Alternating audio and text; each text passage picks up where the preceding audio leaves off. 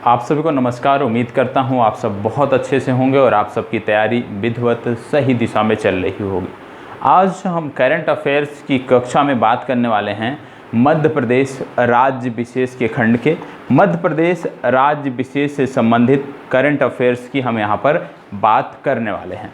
और इसमें यदि हम देखें तो पूरे एक वर्षों का आपका मध्य प्रदेश का जो महत्वपूर्ण करंट अफेयर्स है, जो आपकी परीक्षा में पूछा जा सकता है, जहाँ पर आपकी परीक्षा से प्रश्न बन सकते हैं, उनकी चर्चा हम यहाँ पे करने वाले हैं।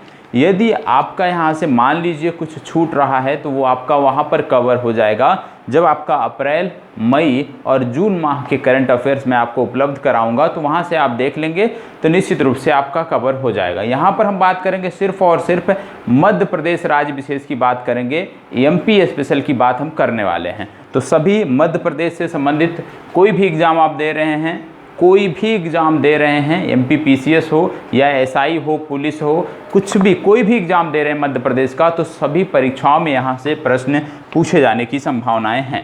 तो सबसे पहले हम बात कर लेते हैं, ये आपका जो करंट अफेयर्स है, ये आपके अप्रैल 2020 से लेकर अप्रैल 2021 तक है। ठीक है, इसके बाद आता है मई और जून का, वो भी मैं आपको उपलब्ध करा दूंगा। तो विगत एक वर्षों के मध्य प्रदेश राज्य विशेष से संबंधित करंट अफेयर्स हम देखने वाले हैं। तो आइए शुरुआत करते हैं आज की चर्चा और पहला टॉपिक देखते हैं क्या है आपके इस करंट अफेयर्स की सीरीज में। सबसे पहले हम बात करने वाले हैं स्वच्छ सर्वेक्षण की। क्या बात करने वाले हैं? स्वच्छ सर्वेक्षण की बात करने वाले हैं। और स्वच्छ सर्वेक्षण 2020 की हम यहाँ पर बात करेंगे। स्वच्छ सर्वेक्षण 2020 की हम बात करने वाले हैं। अब यहाँ पे क्योंकि हम मध्य प्रदेश राज्य विशेष को देख रहे हैं, मध्य प्रदेश स्पेशल के खंड को देख रहे हैं, तो यहाँ पे कुछ चीज़ें आपको समझनी होंगी। क्या समझनी होंगी कि यहाँ पे सबसे पहले आपको जानना है कि स्वच्छ सर्वेक्षण 2020 में मध्य प्रदेश का स्थान क्या रहा। स्वच्छ सर्वेक्षण 2020 में मध्य प्रदेश का स्थान क्या रहा, तो आपको बता दें कि मध्य प्रदेश की जो इसमें रैंकिंग थी स्वच्छ सर्वेक्षण में, वो तीसरी थी। मतलब स्वच्छ सर्वेक्षण 2020 में एक राज्य के तौर पर मध्य प्रदेश तीसरे स्थान पे था। यदि हम बात करें पहले और दूसरे, तो इससे पहले स्थान पे आपके महाराष्ट्र और छत्तीसगढ़ थे। तो मध्य प्रदेश से ऊपर की रैंकिंग इनकी थी, छत्तीसगढ़ और महाराष्ट्र की, तो मध्य प्रदेश की तीसरी रैंकिंग है, ये आपको पता होना चाहिए। अब इसमें आपको स्वच्छ सर्वेक्षण के अंतर्गत ही देखा जाता है कि यह मध्य प्रदेश का सबसे स्वच्छ शहर कौन सा रहा। सबसे पहले हमने देखा कि स्वच्छ सर्वेक्षण 2020 में एक राज्य के तौर पर मध्य प्रदेश की रैंकिंग क्या रही, तो वहाँ पे हमने देखा कि मध्य प्रदेश की रैंकिंग तीसरी थी। अब हम देख रहे हैं कि मध्य प्रदेश का सबसे स्वच्छ शहर कौन सा है, तो आपको बता दें कि सबसे पहले आप बात करेंगे इंदौर। बड़े शहरों में आप बात करेंगे इंदौर, और इंदौर चौथी बार सर्वश्रेष्ठ शहर चुना गया है, ये आपको पता होना चाहिए। तो इंदौर तो हम नाम रट चुके हैं। यदि हम आपसे पूछ लें कि दूसरा सबसे स्वच्छ शहर मध्य प्रदेश का कौन सा है, तो दूसरा आपका आता है खरगोन।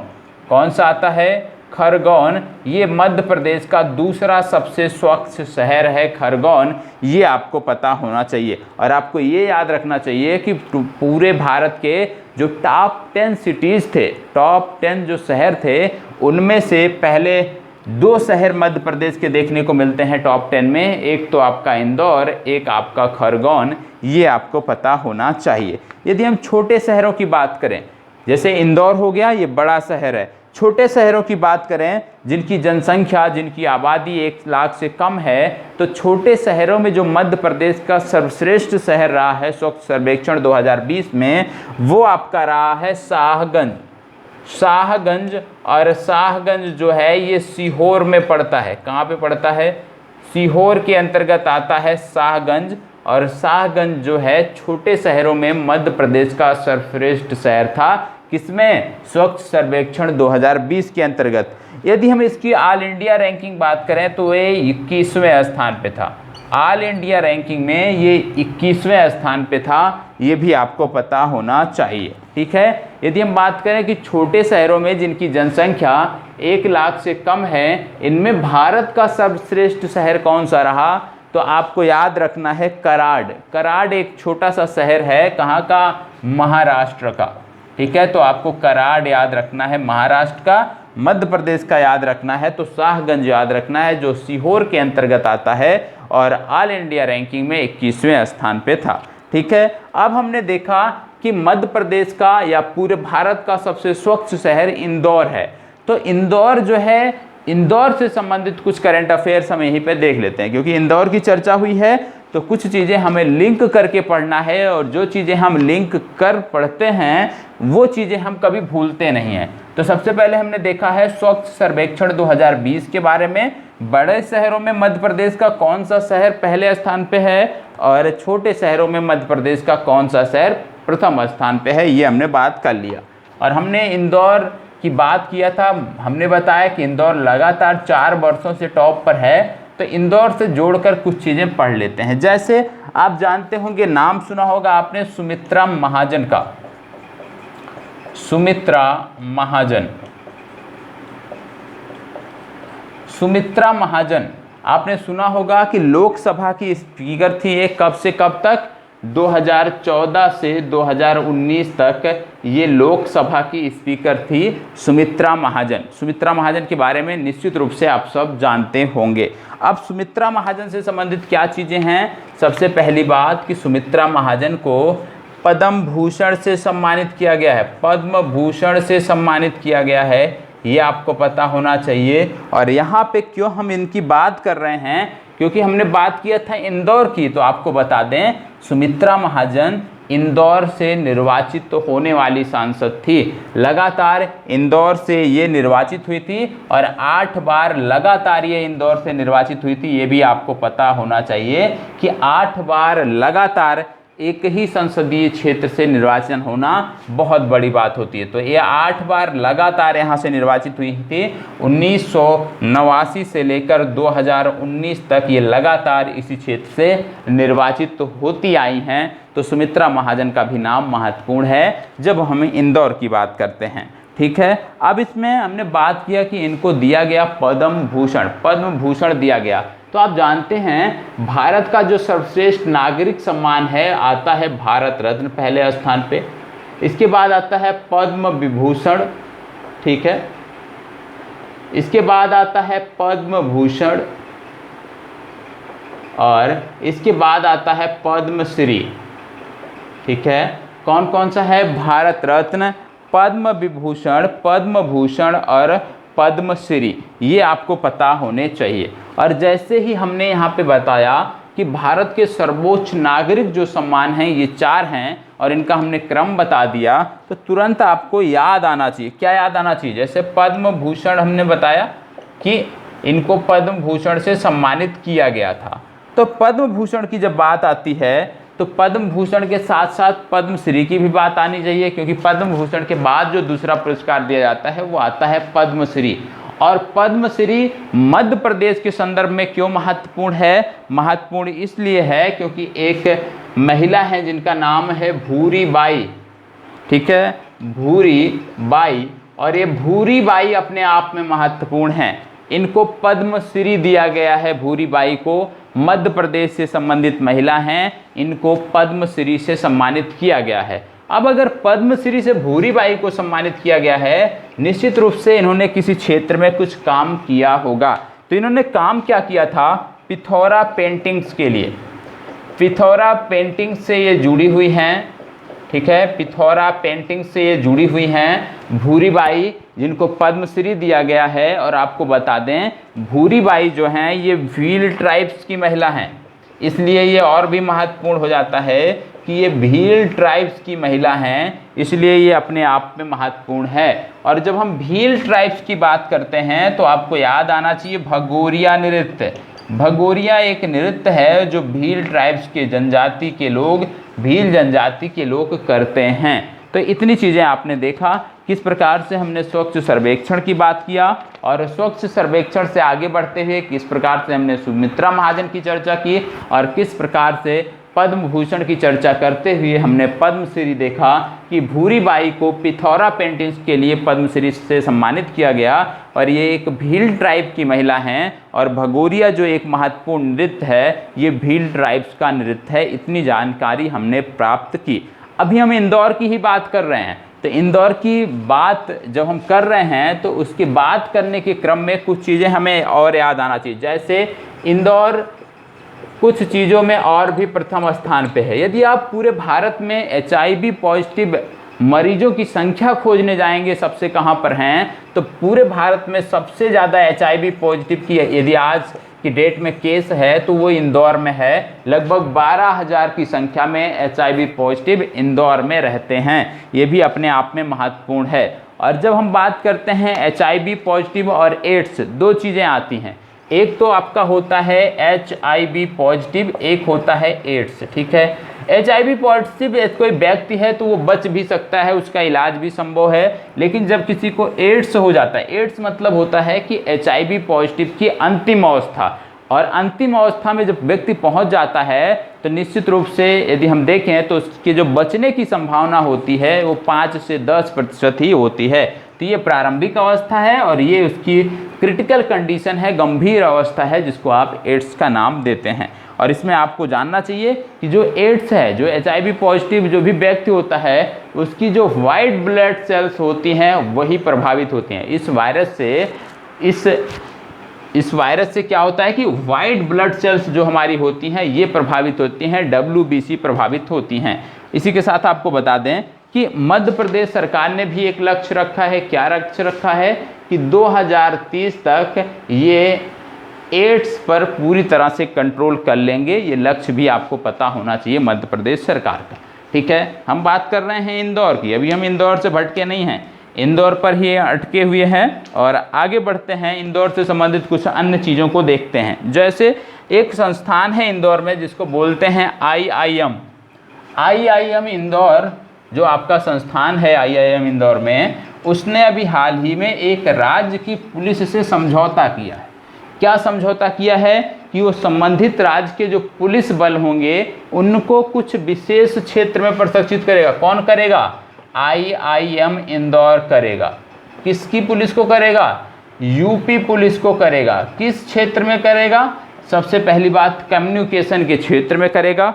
दूसरा, आप जानते हैं कि भीड़ प्रबंधन एक बड़ी चुनौती है आजकल। ठीक है, तो भीड़ प्रबंधन और कम्युनिकेशन के क्षेत्र में यूपी पुलिस ने समझौता किया है प्रशिक्षण के लिए IIM इंदौर से। पूर्व में भी मैंने इसको बताया है। ठीक है, तो ये जानकारी आपको होनी चाहिए। इसके साथ साथ आप जानते हैं इंदौर का पोहा, आप अक्सर शहरों में देखते होंगे, इस नाम से बिकता है कि इंदौरी पोहा। तो इंदौर का पोहा हो गया। इसके साथ साथ मुरैना की गजक,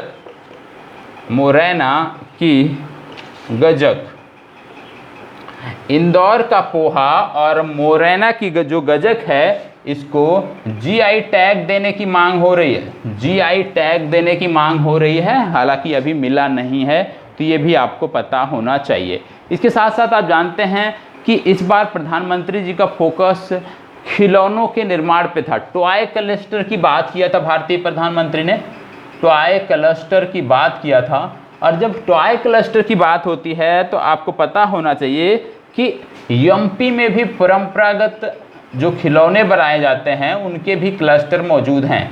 3 क्लस्टर मध्य प्रदेश में हैं जो परंपरागत खिलौने बनाए जाते रहे हैं, जिनमें से सबसे महत्वपूर्ण आपका होता है इंदौर। क्योंकि हम इंदौर की बात कर रहे हैं तो इंदौर सबसे महत्वपूर्ण है। इंदौर के बाद दूसरा है भोपाल, ये भी टॉय क्लस्टर के अंतर्गत आता है। और तीसरा आपका है बुधनी। ठीक है, तो ये 3 टॉय क्लस्टर हैं मध्य प्रदेश में, ये भी आपको पता होना चाहिए। इंदौर, भोपाल और बुधनी, जिसमें इंदौर महत्वपूर्ण है क्योंकि इंदौर में चमड़े के खिलौने बनाए जाते हैं। चमड़े से जो खिलौने बनाए जाते हैं वो आपको इंदौर में देखने को मिलेंगे, इसलिए टॉय क्लस्टर के अंतर्गत ये भी आपको पता होना चाहिए। जैसे मैंने आपको बताया था चन्ना पटन्ना के खिलौने, याद आया? चन्ना पटन्ना के खिलौने नहीं याद आया तो आप डेली करंट अफेयर्स साप्ताहिक करंट अफेयर्स देखिए, वहाँ पे मैंने आपको बताया था कर्नाटक से संबंधित खिलौनों के बारे में, चन्ना पटन्ना के खिलौने, तमिलनाडु से संबंधित खिलौनों के बारे में मैंने बताया था। तो वहाँ पे आपको देखने की ज़रूरत है। जो इस तरह की चीज़ें हैं उसको आप लिंक करके पढ़िए तो चीज़ें आपकी और बेहतर होंगी।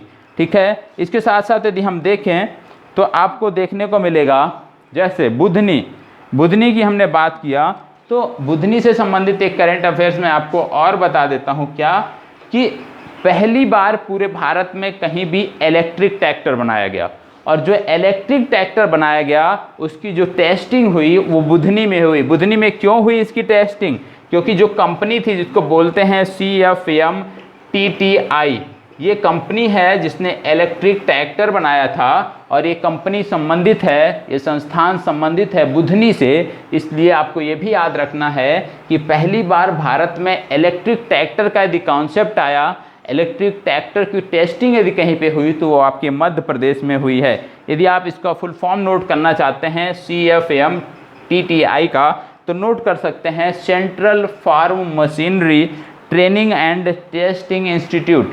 Central farm machinery training and testing institute, ये आपको नोट करना है। ठीक है, तो आप इसको भी नोट कर सकते हैं। चलिए आगे बात कर लेते हैं। अभी हम इंदौर से ही चर्चा कर रहे हैं और इंदौर की ही हम बात करेंगे। ठीक है, इंदौर समाप्त होने के बाद फिर कोई अन्य महत्वपूर्ण शहर पकड़ेंगे और उससे जुड़े हुए जो भी करंट अफेयर्स है उसको एक जगह हम नोट करने का प्रयास करेंगे।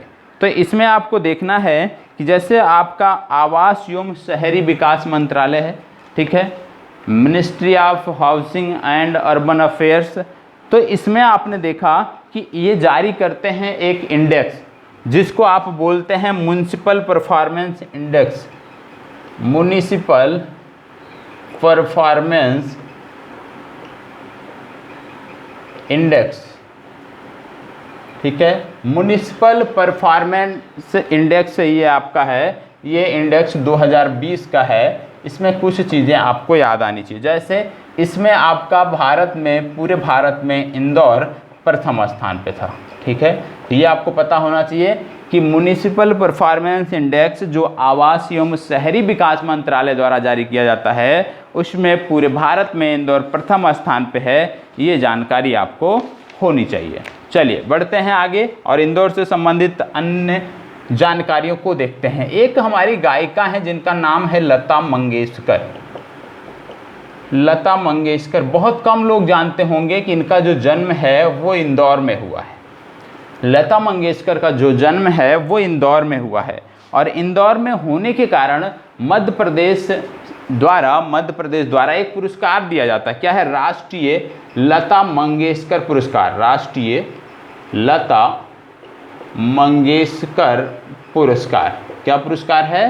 राष्ट्रीय लता मंगेशकर पुरस्कार। इसमें 2 लाख रुपए कैश और एक शॉल और एक नारियल का आप बोल सकते हैं कि फल दिया जाता है। ये महत्वपूर्ण नहीं है कि क्या दिया जाता है, महत्वपूर्ण ये है कि राष्ट्रीय लता मंगेशकर पुरस्कार किसको मिला। मैंने ये इसलिए बताया कि लता मंगेशकर का जन्म इंदौर में हुआ था क्योंकि बहुत सारे लोगों को कन्फ्यूजन होता है, मैं इसको नहीं बताता कि भाई राष्ट्रीय लता मंगेशकर पुरस्कार मध्य प्रदेश सरकार क्यों देती है, तो महाराष्ट्र सरकार को देना चाहिए क्योंकि ये मराठी हैं बाद में, लेकिन पहले इनका जन्म मध्य प्रदेश में हुआ है, इसलिए इनको सम्मान स्वरूप, इनके सम्मान करने के लिए मध्य प्रदेश राज्य सरकार द्वारा ये पुरस्कार दिया जाता है। अब ये पुरस्कार दिया गया तो 2 वर्षों के लिए भी हाल ही में दिया गया, वर्ष 2017 और वर्ष 2018 के लिए दिया गया। वर्ष 2017 के लिए दिया गया सुमन कल्याणपुर, इनका नाम है, गायिका है ये सुमन कल्याणपुर। और 2018 के लिए दिया गया कुलदीप सिंह को। कुलदीप सिंह क्या है? एक म्यूजिक डायरेक्टर हैं, और 2018 के लिए इनको लता मंगेशकर, राष्ट्रीय लता मंगेशकर पुरस्कार से सम्मानित किया गया है। ये जानकारी आपको होनी चाहिए। ठीक है, चलिए आगे बढ़ते हैं और कुछ जानकारी और देख लेते हैं। जैसे आप जानते हैं कि कोरोना के समय में बहुत सारी चुनौतियां थी, और उनमें से एक चुनौती थी कि जो हमारे वेस्ट निकल रहे हैं, जो हमारे कोविड वेस्ट निकल रहे हैं, उसको हम कहाँ पे रखें, किस तरह से हम इकट्ठा करें।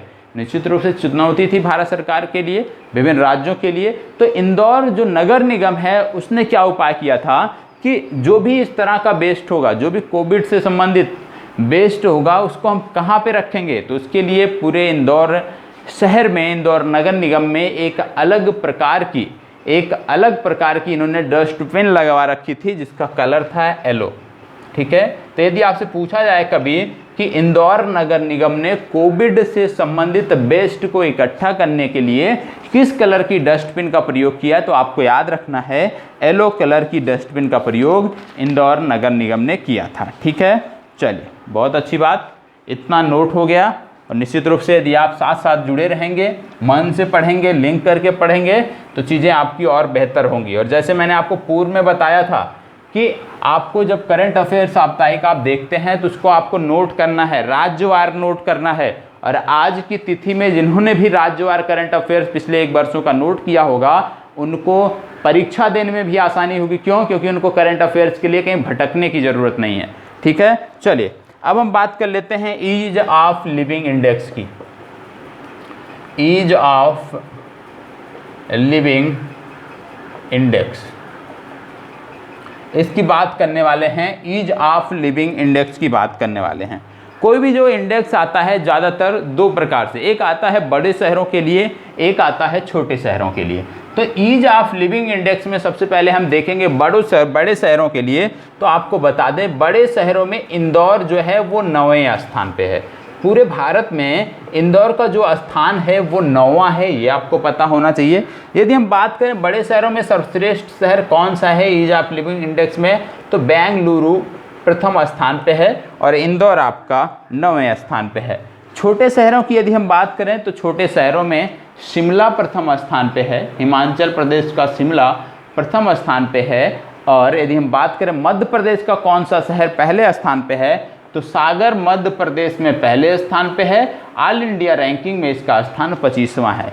इसी प्रकार से ईज ऑफ लिविंग इंडेक्स में मध्य प्रदेश का सर्वश्रेष्ठ शहर है इंदौर, लेकिन ऑल इंडिया रैंकिंग में ये 9वें स्थान पे है, ये आपको पता होना चाहिए। इसके बाद जब हम विभिन्न इंडेक्स की बात कर रहे हैं तो हमने पिछले करंट अफेयर्स में भी बताया था कि एनीमिया मुक्त सूचकांक आया था, एनीमिया मुक्त भारत सूचकांक, और इसमें एमपी टॉप पर है। ठीक है, 2 चीज़ों में मध्य प्रदेश इस समय टॉप पे है। पहला एनीमिया मुक्त सूचकांक, दूसरा लैंड रिकॉर्ड को डिजिटलाइज करने में भी मध्य प्रदेश टॉप पर है। पिछले सप्ताह जो हमने साप्ताहिक करंट अफेयर्स दिया था वहां पर हमने इसकी चर्चा किया था। ठीक है, तो अभी हम लिंक करके इंदौर को ही पढ़ रहे हैं। तो आपको एक चीज़ और बता दें कि जो इंदौर है यहाँ पे आप देखेंगे 2 तरह के उत्सव मनाए जाते हैं। कौन कौन से? पहला है आमिर खां संगीत समारोह, आमिर खां संगीत समारोह। दूसरा आपका है मालवा उत्सव। ठीक है, मालवा उत्सव जो है ये इंदौर के अलावा उज्जैन और मांडू में भी मनाया जाता है। तो आमिर खां संगीत समारोह और मालवा उत्सव ये 2 प्रमुख उत्सव हैं इंदौर के, ये भी आपको पता होने चाहिए। चलिए, तो अब इंदौर की बात समाप्त होती है।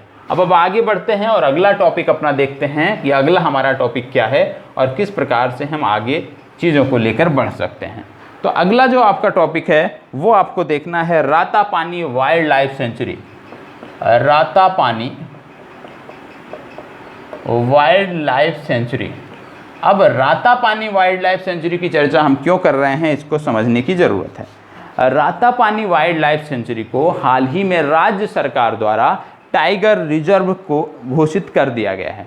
राज्य सरकार ने तो घोषित कर दिया गया, लेकिन नेशनल टाइगर कंजर्वेशन अथॉरिटी, जिसको NTCA बोलते हैं, इससे स्वीकृति मिलने के बाद रातापानी भारत सरकार के अंतर्गत एक टाइगर रिजर्व के रूप में अधिसूचित हो जाएगा। अभी सिर्फ और सिर्फ इसकी घोषणा राज्य सरकार ने की है, ये भी आपको पता होना चाहिए। ठीक है, तो रातापानी वाइल्ड लाइफ सेंचुरी जो है इसको टाइगर रिजर्व राज्य सरकार ने घोषित कर दिया है। और यदि हम देखें तो ये मध्य प्रदेश का 7वां टाइगर रिजर्व होगा, 7वां टाइगर रिजर्व होगा। 6 कौन कौन से हैं यदि हम बात करें तो सबसे पहले आता है कान्हा, कान्हा के बाद आता है पेंच, पेंच के बाद बांधवगढ़,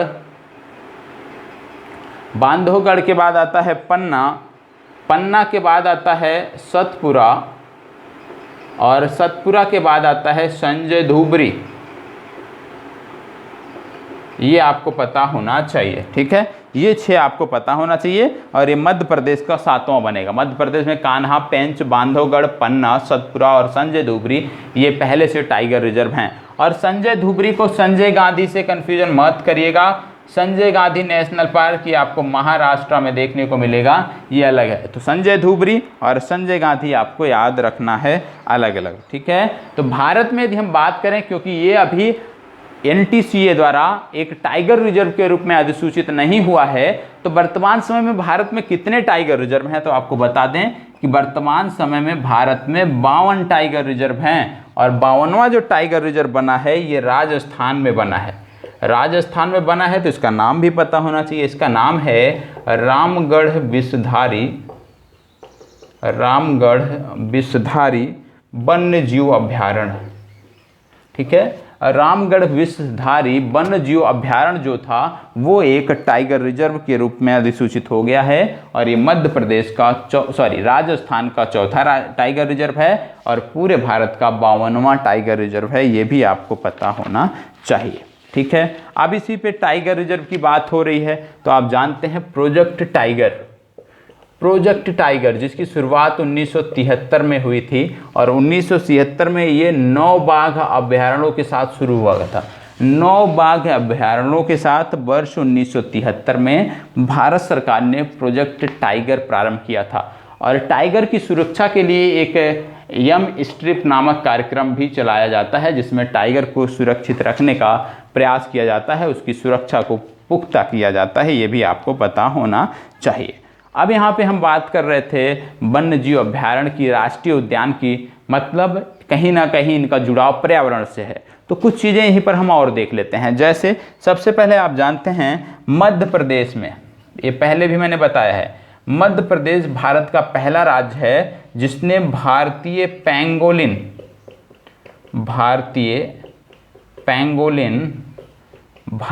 पेंगोलिन को रेडियो कॉलर लगाया है। रेडियो कॉलर लगाने का मतलब होता है कि ऐसे जानवर की हम निगरानी कर सकेंगे और उसको सुरक्षित करने के लिए भी आगे कदम उठा सकते हैं। तो मध्य प्रदेश राज्य भारत में पहला राज्य है जिसने भारतीय पेंगोलिन को रेडियो कॉलर लगाया है। यदि इसकी बात हम करें कि इसका साइंटिफिक नेम क्या है, तो इसका साइंटिफिक नेम आप नोट कर सकते हैं, मानिस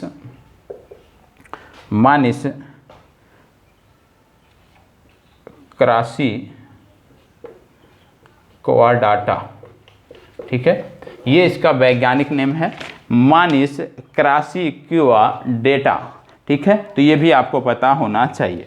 और आपको बता दें कि पूरे विश्व में इसको संरक्षित करने, पेंगोलिन को संरक्षित करने के लिए प्रयास किया जा रहा है। और इसके लिए एक तिथि भी सुनिश्चित की गई है, फरवरी माह के तीसरे शनिवार को। तो फरवरी माह जो आपका आता है उसके तीसरे शनिवार को मनाया जाता है विश्व पेंगोलिन दिवस। तो ये भी आपको पता होना चाहिए। विश्व पेंगोलिन दिवस कब मनाया जाता है? फरवरी माह के तीसरे शनिवार को मनाया जाता है। ये भी आपको पता होना चाहिए। तो इतनी जानकारी है और इसमें कुछ जानकारी और मैं बढ़ाता हूँ, उसको भी साथ साथ नोट कर लीजिएगा। तो इस तरह से यदि आप पढ़ते हैं तो चीज़ें आपकी बेहतर रहती हैं। जब आप लिंक करके पढ़ते हैं तो चीज़ें आपकी बहुत ही बेहतर होती हैं और कभी भी आप भूलते नहीं हैं, ठीक। अब बहुत पहले से मैं आपको बता रहा हूँ कि मध्य प्रदेश में चीते को लाकर बसाया जाएगा। अब इसकी स्वीकृति हो गई है, डेट निश्चित कर दिया गया है और नवंबर 2021 में भारत में चीते को दक्षिण अफ्रीका से लाया जाएगा। कहाँ से? दक्षिण अफ्रीका से लाया जाएगा और बसाया कहाँ जाएगा? Kuno national park, Kuno national park. तो याद रखिएगा कि मध्य प्रदेश में या आप कह लीजिए भारत में पहली बार चीतों को लाया जा रहा है। और कहाँ पे लाया जा रहा है? मध्य प्रदेश में लाया जा रहा है। मध्य प्रदेश के कूनो नेशनल पार्क में लाया जा रहा है। कहाँ से लाया जा रहा है? दक्षिण अफ्रीका से लाया जा रहा है। कब लाया जाएगा? नवंबर 2021 में लाया जाएगा। और आपको बताते हैं भारत में जो अंतिम बार चीता देखा गया था वो 1947 में देखा गया था और 1952 में इसको विलुप्त घोषित कर दिया गया था, ठीक है। मतलब स्वतंत्रता के बाद से भारत में चीते हैं ही नहीं, स्वतंत्रता के पहले ही भारत में चीते समाप्त हो गए हैं। ये भी आपको पता होना चाहिए, ठीक है। तो कूनो नेशनल पार्क आपको याद रखना है और साउथ अफ्रीका से चीते लाए जाएंगे। ये आपको पता होना चाहिए। ठीक है, चलिए आगे बढ़ते हैं और बात करते हैं अगले प्रोजेक्ट की, अगले टॉपिक की।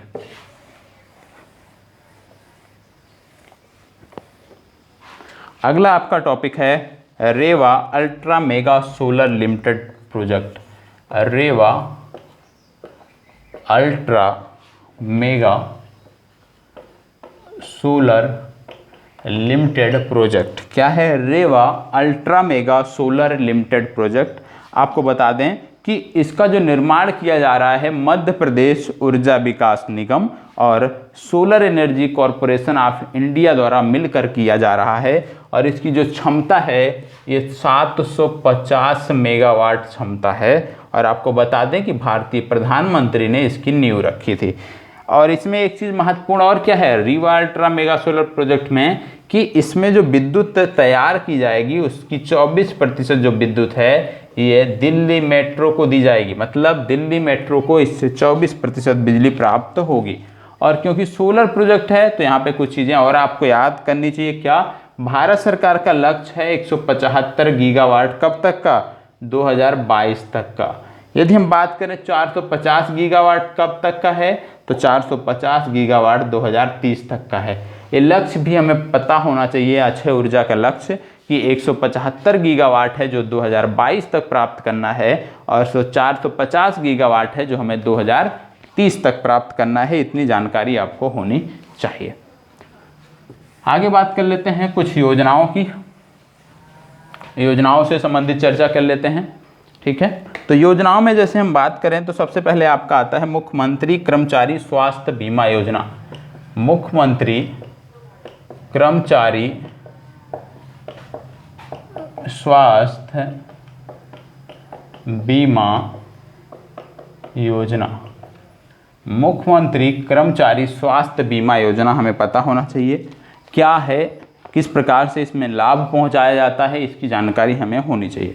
तो आपको बता दें कि यह जो बीमा योजना है एक प्रकार से स्वास्थ्य शब्द जुड़ा है, मतलब कि इलाज के लिए है।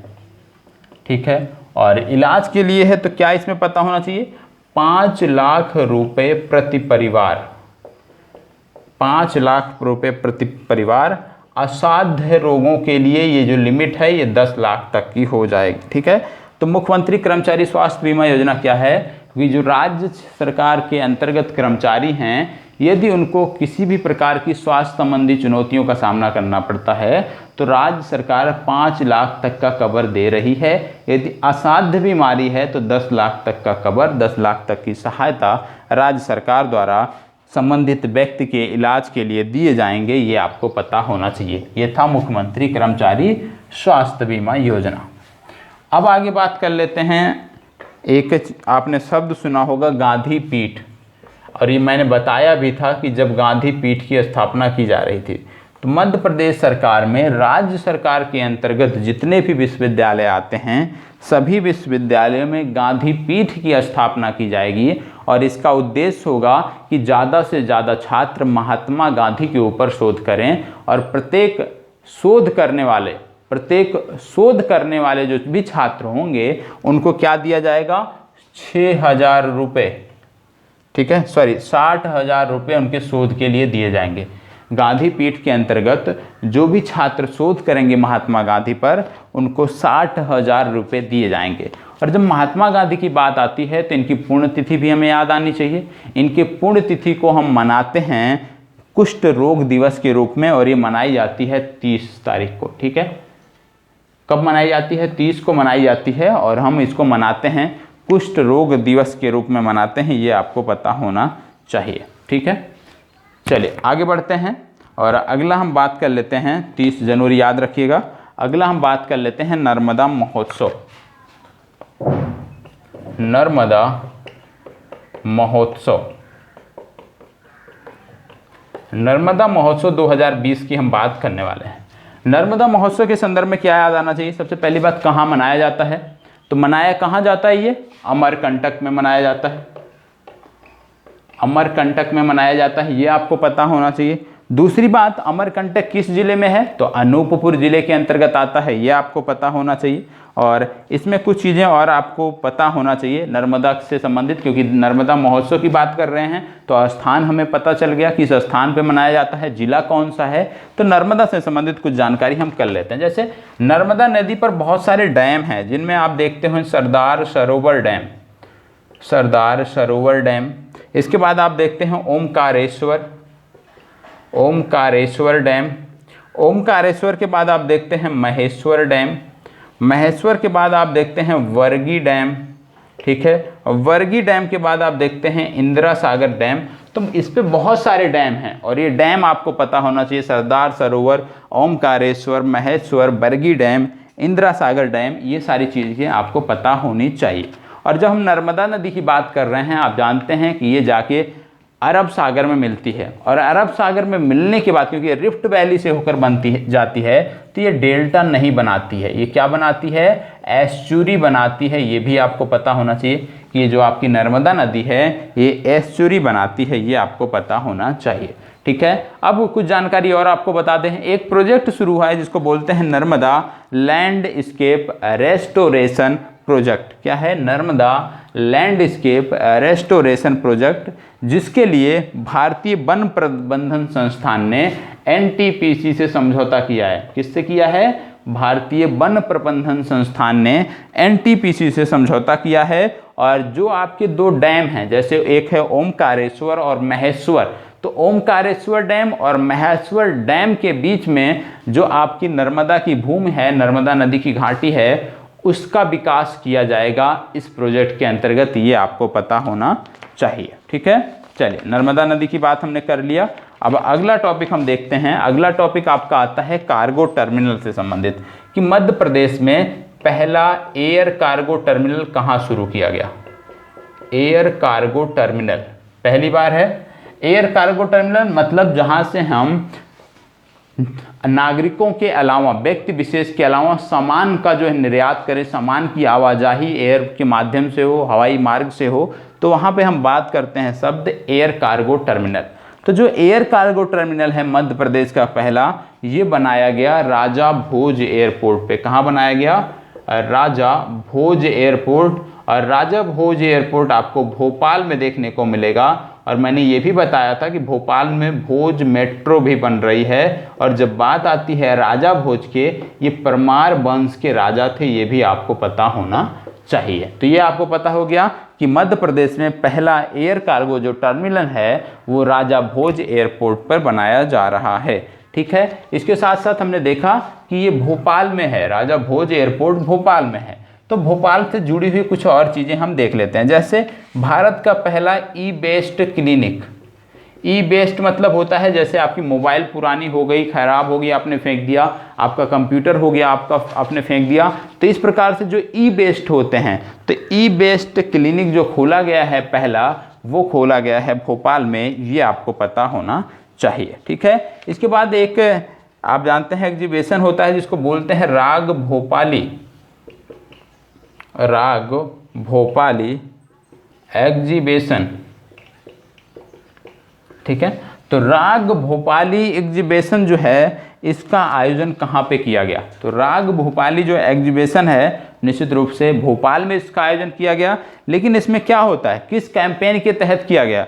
मध्य प्रदेश सरकार एक कैंपेन चला रही है जिसका नाम है एक जिला एक शिल्प, एक जिला एक शिल्प। एक जिला एक शिल्प कैंपेन के अंतर्गत राग भोपाली एग्जीबिशन का आयोजन भोपाल में किया गया। और इसमें क्या प्रदर्शित किया गया? इसमें भोपाल की जरदोजी, ये आर्ट है जो कपड़ों पे किया जाता है, जरी जरदोजी को प्रदर्शित किया गया, ये आपको पता होना चाहिए। तो राग भोपाली एग्जीबिशन में जरी जरदोजी को प्रमोट किया गया, इसको प्रस्तुत किया गया, इसको प्रदर्शित किया गया, ये आपको पता होना चाहिए। और भोपाल की यदि हम बात कर रहे हैं तो आपको ये भी पता होना चाहिए कि भोपाल की सबसे बड़ी मस्जिद कौन है? तो आपको बता दें ताज उल मस्जिद है, जो पूरे भारत की सबसे बड़ी मस्जिद है। जामा मस्जिद से भी बड़ी मस्जिद है ताज उल मस्जिद, जो भोपाल में है, पूरे भारत की सबसे बड़ी मस्जिद है, ये भी आपको पता होना चाहिए। इसके अतिरिक्त 63वीं शूटिंग प्रतियोगिता हुई थी। 63वीं राष्ट्रीय शूटिंग प्रतियोगिता हुई थी। कहाँ पे हुई थी? भोपाल में हुई थी। ये भी आपको पता होना चाहिए। और जब शूटिंग की हम बात करते हैं, 2 खिलाड़ी का नाम आपको याद रखना है।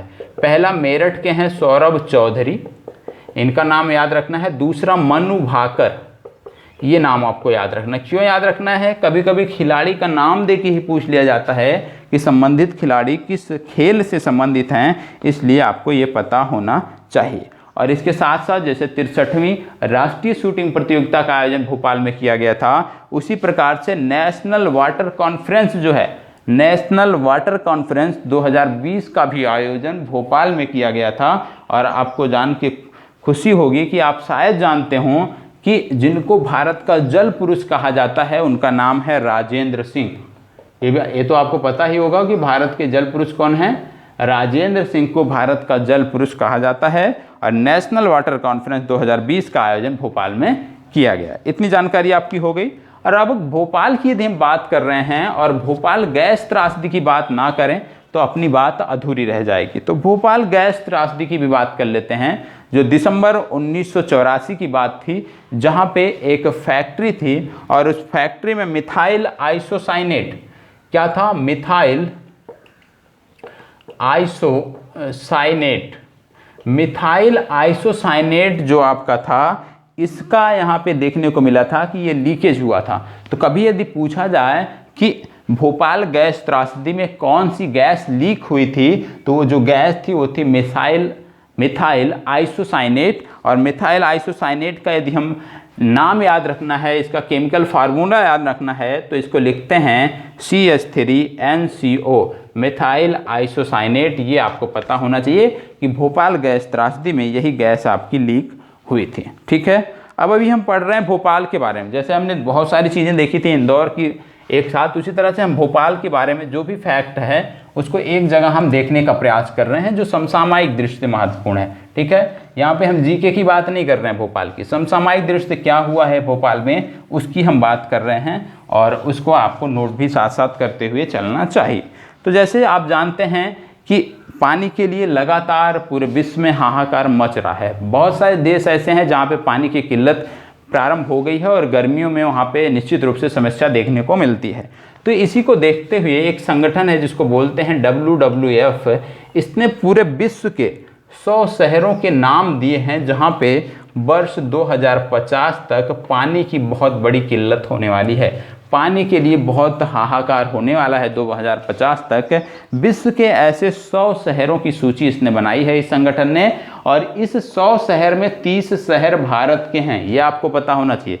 इन 100 शहरों में 30 शहर भारत के हैं। अब आप अंदाज़ा लगा सकते हैं कि पानी के लिए आने वाले भविष्य में सबसे ज़्यादा जो चिंताजनक स्थिति, गंभीर स्थिति होने वाली है वो भारत की होने वाली है। फिर भी हम आप नहीं समझ रहे हैं, फिर भी हम आप जो है वृक्षारोपण नहीं कर रहे हैं, फिर भी हम आप जो देख रहे हैं कि तालाब होते हैं, जो भी जहाँ से एक प्रकार से कह सकते हैं जो बावड़ी पहले होती थी, तालाब होते थे जहाँ से जल रिस कर भूमिगत जल स्तर जहाँ से बढ़ता था, उस पर भी हम ध्यान नहीं दे रहे हैं, हमारे सरकारें ध्यान नहीं दे रही हैं, तो निश्चित रूप से समस्या बढ़ना लाजमी है। तो ये जो 30 शहर हैं, टॉप 100 में जो 30 शहर भारत के हैं, इन 30 शहरों में 3 शहर मध्य प्रदेश के हैं। और ये मध्य प्रदेश के 3 शहर कौन से हैं? पहला है जबलपुर, दूसरा है भोपाल, तीसरा है ग्वालियर। ठीक है, तो जबलपुर, भोपाल और ग्वालियर ये 3 शहर मध्य प्रदेश के हैं जहां पर पानी की सबसे ज़्यादा समस्या आने वाले दिनों में आपको देखने को मिलेगी। तो चलिए बढ़ते हैं आगे और देखते हैं अगला टॉपिक आपका क्या है। चलिए अब अगला टॉपिक जो आता है, कुछ खेल से संबंधित घटनाक्रम हैं, उनको हम देख लेते हैं, जो मध्य प्रदेश की संदर्भ में भी महत्वपूर्ण है और राष्ट्रीय संदर्भों में भी महत्वपूर्ण है। जैसे खेलो इंडिया यूथ गेम 2020 का जो खेलो इंडिया यूथ गेम हुआ था, खेलो इंडिया यूथ गेम, ठीक, 2020 का जो खेलो इंडिया यूथ गेम हुआ था, कहाँ पे हुआ था? गुवाहाटी में हुआ था। कहाँ पे? गुवाहाटी में। ठीक है, गुवाहाटी में हुआ था। इसमें जो मध्य प्रदेश का स्थान था, जैसे तीसरा था, अब तक का तीसरा संस्करण था, मध्य प्रदेश का जो पदक तालिका में स्थान था वो था 12वां। मध्य प्रदेश का खेलो इंडिया यूथ गेम 2020 की पदक तालिका में 12वां स्थान था। अब आपको पता होना चाहिए पहला कौन था। महाराष्ट्र पहले स्थान पे था। दूसरे स्थान पे कौन था? हरियाणा दूसरे स्थान पे था। तीसरे स्थान पे कौन था? दिल्ली तीसरे स्थान पे था। क्योंकि हम मध्य प्रदेश की बात कर रहे हैं तो उसका स्थान पता होना चाहिए, 12वां स्थान उसका था। और आगामी जो चौथे खेलो इंडिया यूथ गेम होंगे वो उसका आयोजन किया जाएगा पंचकुला हरियाणा में। ठीक है, उसका आयोजन पंचकुला में किया जाएगा, ये भी आपको पता होना चाहिए। चौथे खेलो इंडिया यूथ गेम का आयोजन पंचकुला में किया जाएगा। ठीक है, इसके साथ साथ हमने देख लिया था 63वीं राष्ट्रीय शूटिंग प्रतियोगिता का आयोजन भोपाल में किया गया था। अब यहाँ पे मध्य प्रदेश से संबंधित एक खिलाड़ी का नाम आपको याद रखना है, नाम है प्राची यादव। प्राची यादव क्यों याद रखना है? एक खेल होता है जिसको बोलते हैं कैनोइंग या कैनोइस्ट बोलते हैं, CONOEIST, कैनोइस्ट इनको बोलते हैं। खेल का नाम है कैनोइंग। नौका की तरीके से एक आप कह सकते हैं नौका ही होती है जिसमें रेसिंग से संबंधित है, नौका रेस से संबंधित आप कह सकते हैं, उसको दूसरे शब्दों में बोलते हैं कैनोइंग। ठीक है, तो प्राची यादव जो हैं ये कैनोइस्ट हैं और कहाँ की हैं? मध्य प्रदेश की रहने वाली हैं। और इन्होंने भारत से टोक्यो ओलंपिक जो आपका होना है, टोक्यो पैरा ओलंपिक के लिए क्वालिफाई किया है। ठीक है, कैनोइस्ट के रूप में भारत की पहली खिलाड़ी हैं जिन्होंने ओलंपिक के लिए क्वालिफाई किया है, पैरा ओलंपिक के लिए क्वालिफाई किया है, पैरा ओलंपिक के लिए क्वालिफाई किया है। तो इनका नाम आपको याद आना चाहिए, प्राची यादव एक कैनोइस्ट हैं और इन्होंने para Olympic, Tokyo para Olympic के लिए क्वालिफाई कर लिया है। और आपको पता है कि जो टोक्यो पैरा ओलंपिक होने वाला है उसका मस्कट क्या है? उसका मस्कट है सोमैटी। ठीक है, यदि हम बात करें कि टोक्यो ओलंपिक का मस्कट क्या है तो उसका है मेराई तोबा। ठीक है, यदि पैरा ओलंपिक की बात करते हैं तो सोमैटी और नॉर्मल ओलंपिक की बात करते हैं तो मेराई तोबा आपको याद रखना है।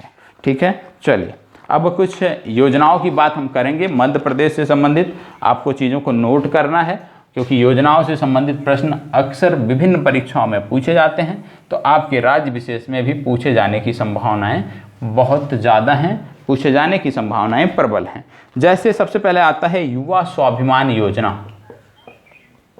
युवा स्वाभिमान योजना, युवा स्वाभिमान योजना। युवा स्वाभिमान योजना क्या है? इसमें जो शहरी युवा हैं, जो गरीब शहरों के जो गरीब युवा हैं, बेरोजगार जो युवा हैं, उनको 5,000 रुपये पर मंथ प्रदान किए जाएंगे राज्य सरकार द्वारा। 5,000 रुपये। और ये 5,000 रुपये जो पर मंथ दिए जाएंगे, अधिकतम ये पहले दिए जाने थे 100 दिनों तक, अब दिए जाएंगे 365 दिनों तक। मतलब ये जो 5,000 रुपये दिए जाएंगे अधिकतम 1 वर्ष तक अब दिए जाएंगे, ये आपको पता होना चाहिए। ये जो योजना है इसका नाम है युवा स्वाभिमान योजना। ठीक है, अगला आपका आता है संबल योजना। संबल योजना आपको याद रखना है, संबल योजना। संबल योजना, संबल योजना जो है विशेष रूप से महिलाओं के लिए है, आप कह सकते हैं, जिसमें जो भी महिलाएं हैं बिफोर प्रेगनेंसी उनको 4,000 रुपये दिए जाते हैं, आफ्टर प्रेगनेंसी उनको 12,000 रुपये दिए जाते हैं। तो मतलब एक कोई भी गर्भवती महिला है उसको सब मिलाकर 16,000 रुपये की सहायता राज्य सरकार द्वारा संबल योजना के अंतर्गत उपलब्ध कराई जाती है। यदि हम देखें कि किसी का यदि एक्सीडेंट हो जाता है, नॉर्मल डेथ किसी की होती है, तो उसको 2 लाख रुपए राज्य सरकार मुहैया कराती है। एक्सीडेंटल डेथ यदि किसी की होती है तो वहाँ पे 5 लाख रुपए 4 लाख रुपए राज्य सरकार उपलब्ध कराती है। यदि कोई अपंग हो जाता है तो 2 लाख रुपए पूर्णतः अपंगता पे, आंशिक अपंगता पे 1 लाख रुपए राज्य सरकार उपलब्ध कराती है। और ये सबके लिए नहीं है, ये किसके लिए है? SC ST समुदाय और गरीब व्यक्तियों के लिए है, और गरीब का चयन राज्य सरकार करेगी। ठीक है, तो संबल योजना क्या है? SC ST और गरीब तबके के व्यक्तियों के लिए है, जिसमें उनकी परिवार की महिलाओं को जो भी गर्भवती होंगी टोटल 16,000 रुपये, जिसमें पोस्ट प्रेगनेंसी 12,000, बिफोर प्रेगनेंसी 4,000 रुपये, तथा यदि कोई भी डेथ होती है परिवार के किसी भी सदस्य की तो वहाँ पे उनके जो एक प्रकार से आश्रित लोग रहते हैं उनको 2 लाख रुपए यदि एक्सीडेंटल डेथ होती है तो 4 लाख रुपए, यदि किसी कारण व्यक्ति जो है अपंग हो जाता है, पूर्ण अपंग हो जाता है 100% तो 2 लाख रुपए, और यदि आंशिक अपंगता आती है तो 1 लाख रुपए की सहायता राज्य सरकार द्वारा संबल योजना के अंतर्गत उपलब्ध कराई जाती है। ये आपको पता होना चाहिए, ठीक है। इसके बाद आप जानते थे कि जब कोविड का काल अपने चरम पे था तो जीवन अमृत योजना लाई थी मध्य प्रदेश सरकार। जीवन अमृत योजना पे क्या था? जीवन अमृत योजना में अपने राज्य के निवासियों की, अपने राज्य के नागरिकों की इम्यून सिस्टम को, रोग प्रतिरोधक क्षमता को बढ़ाने के लिए राज्य सरकार द्वारा एक चूर्ण दिया जाता था, जिसमें मध्य प्रदेश लघु वनोपज संघ और आयुष मंत्रालय के सहयोग से उसको तैयार किया गया था। तो ये आपको पता होना चाहिए कि जीवन अमृत योजना क्या है। इसके बाद यदि हम देखें तो लॉकडाउन के दौरान जब भारी मात्रा में लेबर एक जगह से दूसरे जगह अपने गृह क्षेत्र की तरफ पलायन कर रहे थे, तो बहुत सारे ऐसे थे जो इनके पास पाँव में चप्पल नहीं होते थे, तो उनको सैंडल, चप्पल, जूते मुहैया कराने के लिए मध्य प्रदेश राज्य सरकार ने एक योजना लाया था जिसका नाम था चरण पादुका योजना। तो चरण पादुका योजना क्या है ये भी आपकी क्लियर हो गई, ठीक है। संबल योजना क्या है वो भी क्लियर हो गई, और जीवन अमृत योजना क्या है वो भी क्लियर हो गई, ठीक है। अब इसमें क्या है कि एक योजना थी दीदी व्हीकल सर्विस, दीदी व्हीकल सर्विस। दीदी व्हीकल सर्विस जो थी ये झाबुआ के लिए थी, झाबुआ क्षेत्र के लिए थी, और विशेष रूप से इसका जो उद्देश्य था ग्रामीण महिलाओं की सेफ डिलीवरी कराना इसका उद्देश्य था दीदी व्हीकल योजना का। ये आपको पता होना चाहिए, झाबुआ में ये योजना चलाई गई थी, ठीक है। इसके बाद आपका आता है श्रम सिद्धि योजना। श्रम सिद्धि योजना, श्रम सिद्धि योजना क्या था? श्रम सिद्धि योजना गांव के मजदूरों को नौकरी देने के लिए था। क्या था? गांव के मजदूरों को नौकरी देने के लिए श्रम सिद्धि योजना चलाई गई थी, ये आपको पता होना चाहिए, ठीक है। अब जब बात हो रही है गांव के मजदूरों की, तो आप जान रहे हैं मनरेगा में सबसे ज़्यादा लोग नौकरी करते हैं गांव के, यदि हम देखें दैनिक मजदूर के रूप में। तो मनरेगा की जब हम बात करते हैं तो मनरेगा के तहत सबसे ज़्यादा रोजगार देने वाला जो जिला था वो था बालाघाट। ये भी आपको नोट करना है कि मनरेगा के तहत मध्य प्रदेश में सबसे ज़्यादा रोजगार देने वाला जो जिला है वो आपका है बालाघाट, और बालाघाट में 5000 से ज़्यादा लोगों को रोजगार मनरेगा के तहत दिया गया, ये भी आपको पता होना चाहिए, ठीक है। इसके बाद एक महत्वपूर्ण आता था धर्म स्वतंत्र बिल, इसके बारे में भी देख लीजिए। धर्म स्वतंत्र, ये आपकी परीक्षा में ऐसे पूछा नहीं जाएगा, धर्म स्वतंत्र बिल। इसमें क्या था धर्म स्वतंत्र बिल में कि यदि कोई व्यक्ति धर्म छुपाकर, अपना धर्म छुपाकर कोई शादी विवाह करता है तो वहाँ पर उसको अधिकतम 10 साल की सज़ा सुनाई जाएगी, ये इस बिल में प्रावधान थे। इसी तरह से धर्मांतरण को लेकर इसमें प्रावधान किए गए थे कि यदि कोई धर्म परिवर्तन कराता है तो उसको 1 से 5 साल की सज़ा या अधिकतम 25,000 रुपये, यदि कोई अपना धर्म छुपाता है तो 10 साल की अधिकतम सज़ा और 50,000 रुपये का जुर्माना, यदि कोई महिला का धर्म परिवर्तन कराता है तो उसको 2 से 10 साल की सज़ा, और यदि कोई व्यक्ति है जो एक सामूहिक तौर पर लोगों का धर्म परिवर्तन कराता है तो वहाँ पे 5 से 10 लाख रुपए का जुर्माना और अधिकतम सज़ा वहाँ पे दी जाएगी। तो एक प्रकार से धर्म स्वतंत्रता बिल जो है, धर्म स्वतंत्र बिल जो है, इसमें अधिकतम सज़ा 10 साल की रखी गई है, ये आपको पता होना चाहिए। तो इसी के साथ साथ आगे हम बात करने वाले हैं, अगला टॉपिक अपना क्या है उस पर हम बात करने वाले हैं। चलिए तो आगे देख लेते हैं अगला टॉपिक अपना। अगला जो टॉपिक है वो है मुख्यमंत्री स्ट्रीट वेंडर स्कीम। मुख्यमंत्री स्ट्रीट वेंडर स्कीम, इसके बारे में हम जानने का प्रयास करते हैं कि क्या है मुख्यमंत्री स्ट्रीट वेंडर स्कीम, और इसके बाद फिर आगे की चर्चा हम करते हैं। मुख्यमंत्री स्ट्रीट वेंडर स्कीम की चर्चा हम करने वाले हैं, ठीक है। मुख्यमंत्री street vendor scheme, CM street vendor scheme, CM street vendor scheme की हम बात करने वाले हैं। सबसे पहली बात इसमें क्या है कि इसमें 10,000 रुपये की सहायता दी जाती है, और ये जो 10,000 हैं ये एक वर्ष के अंदर हमें लौटाने होते हैं। यदि हम समय से लौटा देते हैं, यदि हम समय से इस पैसे को लौटा देते हैं तो क्या होता है कि अगले वर्ष के लिए हमें 20,000 की लिमिट मिल जाती है और इंटरेस्ट फ्री होता है। ये जो 20,000 हमें मिलेगा इस पर हमें कोई ब्याज नहीं देना होगा यदि पहले वर्ष हम 10,000 रुपये समय से लौटा देते हैं। तो ये आपको पता होना चाहिए। 18 से 55 वर्ष के लाभार्थी स्ट्रीट वेंडर इसका लाभ उठा सकते हैं। ठीक है, इसके बाद है सीएम किसान कल्याण योजना। जैसे पीएम किसान कल्याण योजना है उसी तरह से सीएम किसान कल्याण योजना मध्य प्रदेश में चलाई जा रही है।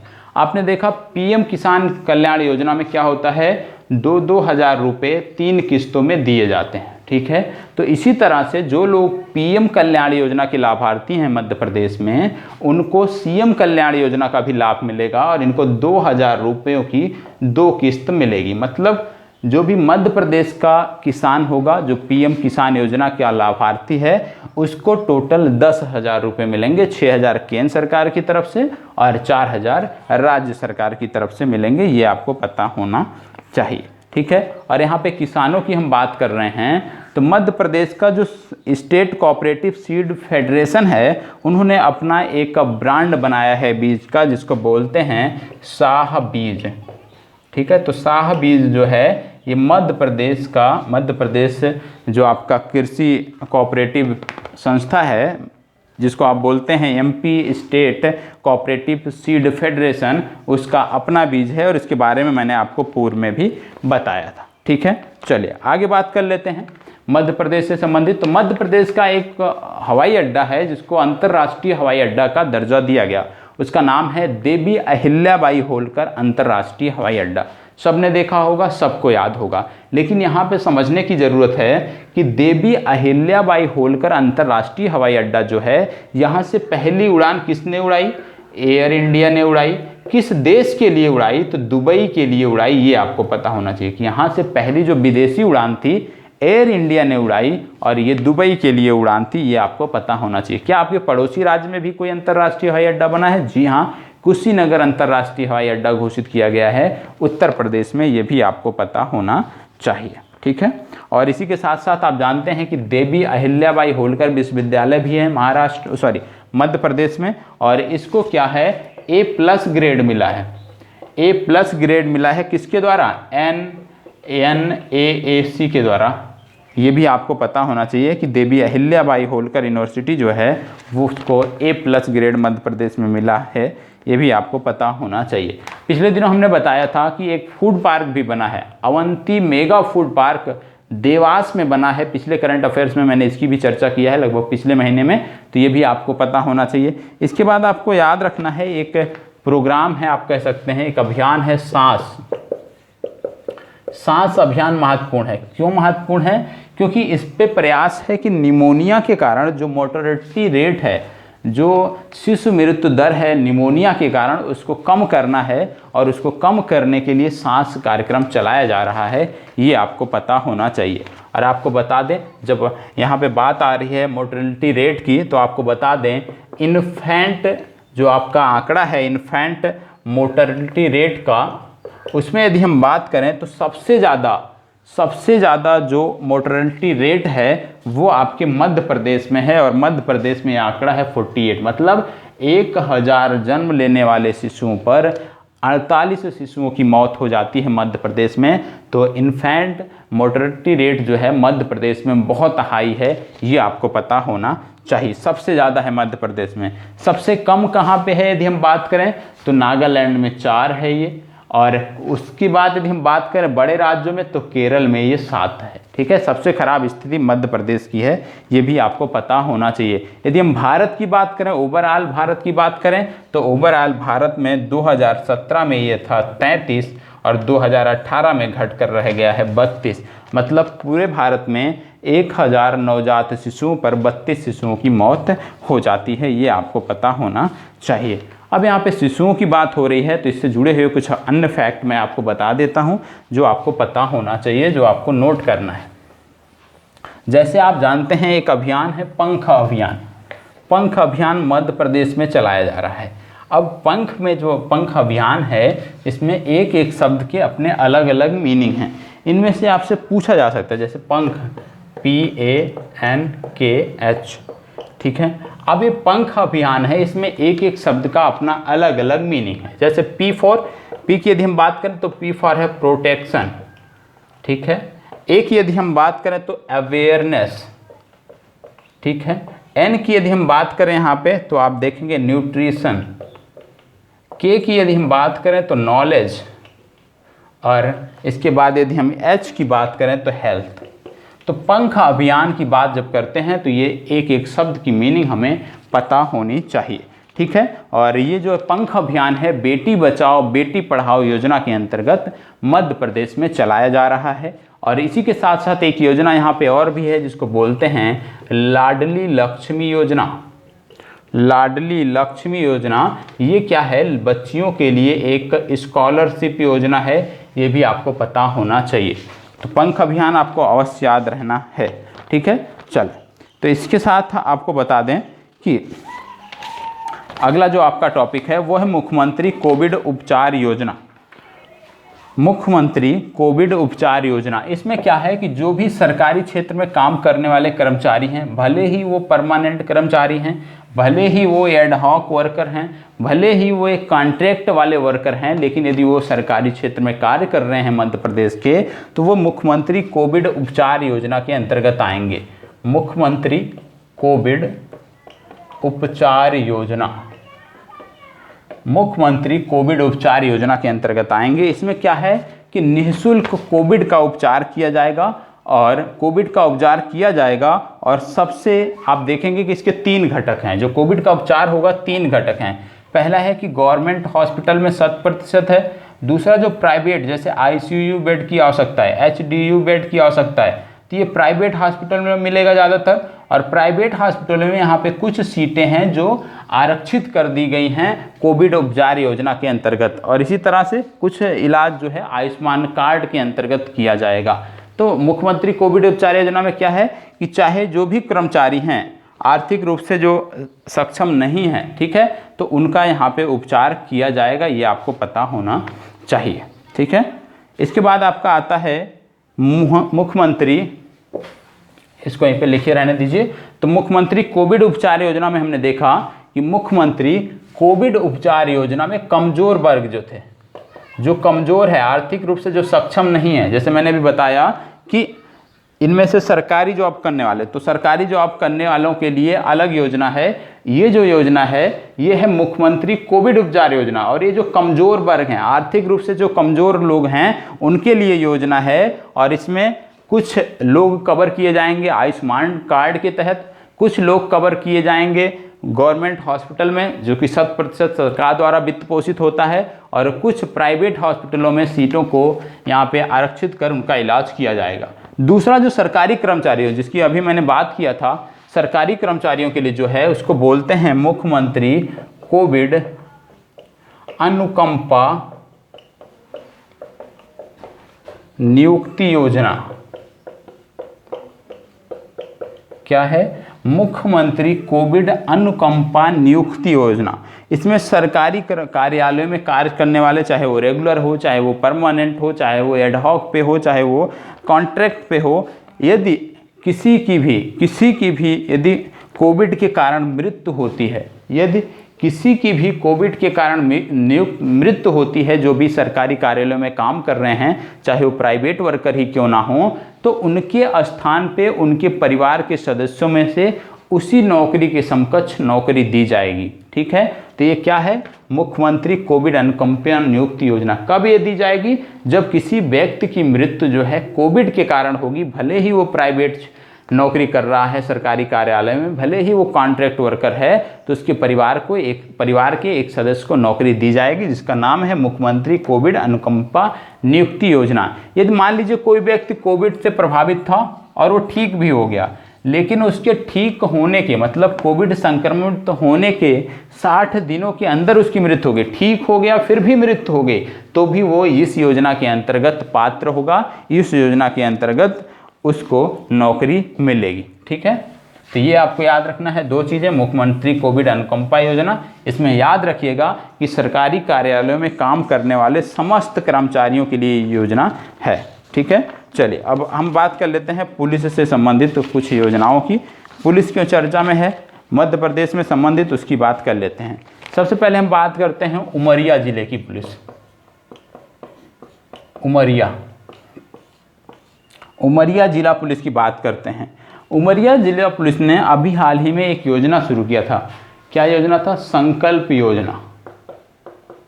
और संकल्प योजना का उद्देश्य क्या था? जो वरिष्ठ जन हैं उनको 24 घंटे सहायता उपलब्ध कराना। तो उमरिया पुलिस ने संकल्प योजना शुरू किया था, 24 घंटे वृद्ध जनों को सहायता, वरिष्ठ लोगों को सहायता उपलब्ध कराने के लिए। इसी के साथ साथ आपको बता दें कि यहाँ पे मध्य प्रदेश में करमवीर पुरस्कार भी दिया जाएगा। और करमवीर पुरस्कार ऐसे पुलिसकर्मियों को दिया जाएगा जिन्होंने कोविड के दौरान 30 दिन कोरोना के खिलाफ लड़ाई लड़ी है। ऐसे कर्मचारी जिन्होंने लगातार 1 महीने तक कोरोना के खिलाफ लड़ाई लड़ी है, उनको करमवीर पुरस्कार से सम्मानित मध्य प्रदेश में किया जाएगा। ये आपको पता होना चाहिए। इसके अतिरिक्त मध्य प्रदेश में 2 समुदाय हैं, एक है वंछारा और दूसरा है कंजर। वंछारा और कंजर जो समुदाय है, इनको मिलाने के लिए, इनके युवाओं को अपराध से मोड़ने के लिए पुलिस प्रयास कर रही है। क्योंकि मध्य प्रदेश में ज़्यादातर अब जो अपराध हो रहे हैं, देखा जा रहा है कि या तो वंछारा वर्ग के लोग हैं या तो कंजर समुदाय के युवा जो हैं इसमें अपराध की तरफ बढ़ रहे हैं, अपराध में लिप्त हो रहे हैं। तो उनको उससे विमुख करने के लिए, अपराध से विमुख करने के लिए मध्य प्रदेश की सरकार कार्य कर रही है। ये भी आपको पता होना चाहिए। जैसे हमने बताया कि उमरिया पुलिस ने संकल्प योजना चलाया वृद्ध जनों के लिए, इसी प्रकार से छतरपुर पुलिस ने भी ई संकल्प योजना चलाया है वृद्धजनों के लिए। तो यदि बात करें संकल्प योजना तो उमरिया पुलिस, यदि हम बात करें ई संकल्प की तो ई संकल्प चलाया है छतरपुर पुलिस ने। ये आपको पता होना चाहिए। ठीक है, अब यहीं पे बात कर लेते हैं मध्य प्रदेश के सर्वश्रेष्ठ पुलिस स्टेशन कि भाई मध्य प्रदेश का सर्वश्रेष्ठ पुलिस स्टेशन कौन सा चुना गया गृह मंत्रालय की रिपोर्ट के अनुसार। तो आपको बता दें उटीला पुलिस स्टेशन, ये ग्वालियर के अंतर्गत आता है। ये मध्य प्रदेश का सर्वश्रेष्ठ पुलिस स्टेशन है। उटीला पुलिस स्टेशन मध्य प्रदेश का सर्वश्रेष्ठ पुलिस स्टेशन है। यदि बात किया जाए कि भारत का सर्वश्रेष्ठ पुलिस स्टेशन कौन है तो आप जानते हैं नोंगपोक सेकमई, ये मणिपुर का पुलिस स्टेशन है जो भारत का सर्वश्रेष्ठ पुलिस स्टेशन बना था। अब यहाँ पे हमने बताया कि ये ग्वालियर से संबंधित है, तो ग्वालियर से संबंधित कुछ जानकारी हम देख लेते हैं। जैसे सबसे पहले आप जानते हैं कि एक समारोह होता है जिसको बोलते हैं तानसेन समारोह। और तानसेन समारोह का आयोजन कहाँ पे किया जाता है?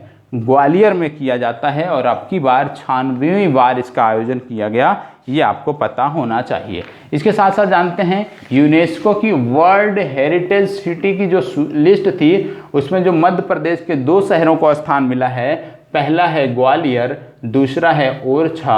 और ओरछा आता है निवाड़ी जिले के अंतर्गत जो मध्य प्रदेश का 52वां जिला है। तो ये भी आपने देख लिया। इसके साथ साथ दिव्यांग जनों के लिए जो खेल कूद सेंटर बनाया गया था वो भी ग्वालियर में बनाया गया है, ये भी जानकारी आपको होनी चाहिए। चलिए बढ़ते हैं आगे, और ग्वालियर की बात कर रहे हैं तो ग्वालियर से अभी हम जुड़े रहेंगे और ग्वालियर से संबंधित कुछ अन्य तथ्यों की चर्चा हम यहाँ पर करने वाले हैं। तो ग्वालियर से संबंधित कुछ अन्य तथ्यों को देख लेते हैं। जैसे ट्राइब्स, बहुत सारी ट्राइब्स हैं, तो ठीक है। तो ट्राइब्स इंडिया ने अभी हाल ही में 2 शोरूम खोले थे। कहाँ कहाँ खोले थे? पहला इन्होंने खोला ग्वालियर में, दूसरा इन्होंने खोला कोलकाता में। तो यदि आपसे पूछा जाए ट्राइब्स इंडिया का मध्य प्रदेश में शोरूम कहाँ खोला गया तो ग्वालियर में आपको बताना है। और जैसे ही ट्राइब्स की बात करते हैं तो आपको याद आना चाहिए बिरसा मुंडा का नाम। क्यों याद आना चाहिए? क्योंकि जनजातीय इनको भगवान के रूप में पूजते हैं। तो बिरसा मुंडा क्यों महत्वपूर्ण है? क्योंकि बिरसा मुंडा को जो जन्म दिवस है उसको मनाया जाता है ट्राइब्स प्राइड डे के रूप में। ट्राइब्स प्राइड डे के रूप में बिरसा मुंडा का जन्मदिवस मनाया जाता है 15 नवंबर को। ये आपको याद आना चाहिए कि ट्राइब्स प्राइड डे के रूप में बिरसा मुंडा का जन्मदिवस मनाया जाता है।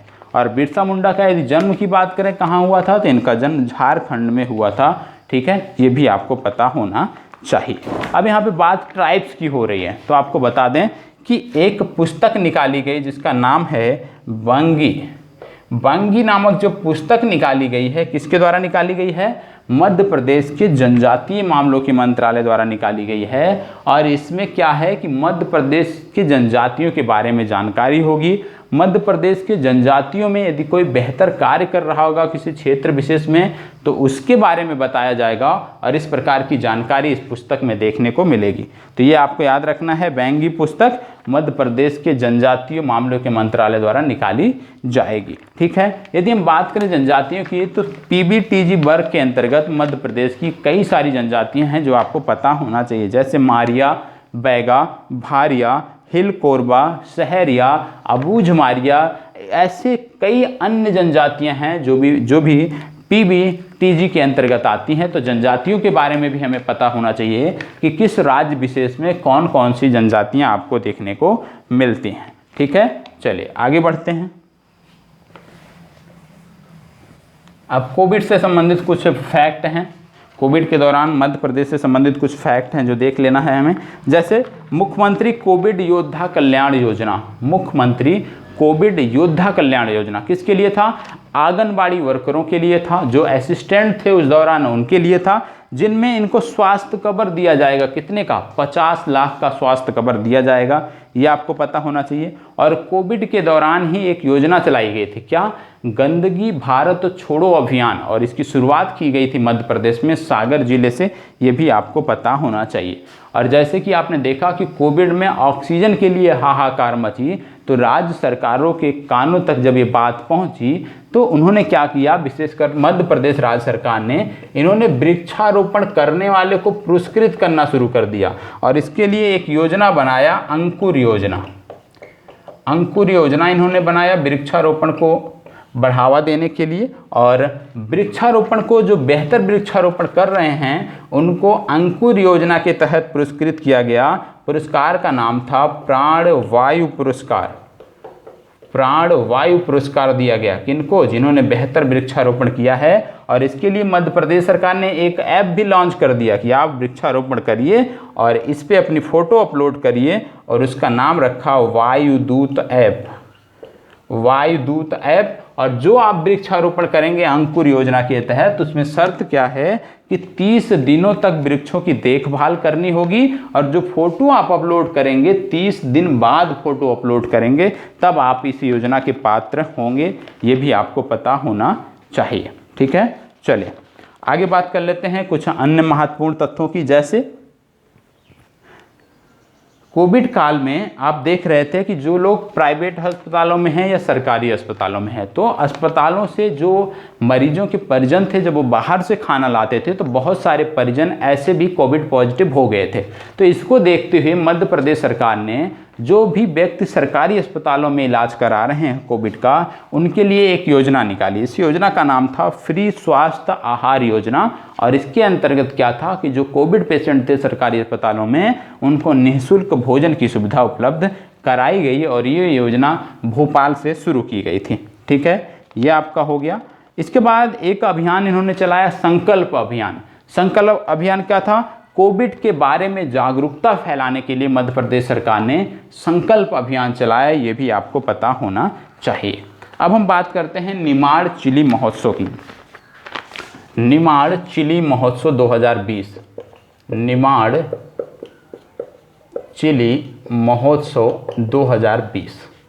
अब इसमें क्या देखना है हमें? सबसे पहले निमाड़ चिली महोत्सव 2020 जो आयोजन किया गया, क्यों यहाँ किया जाता है?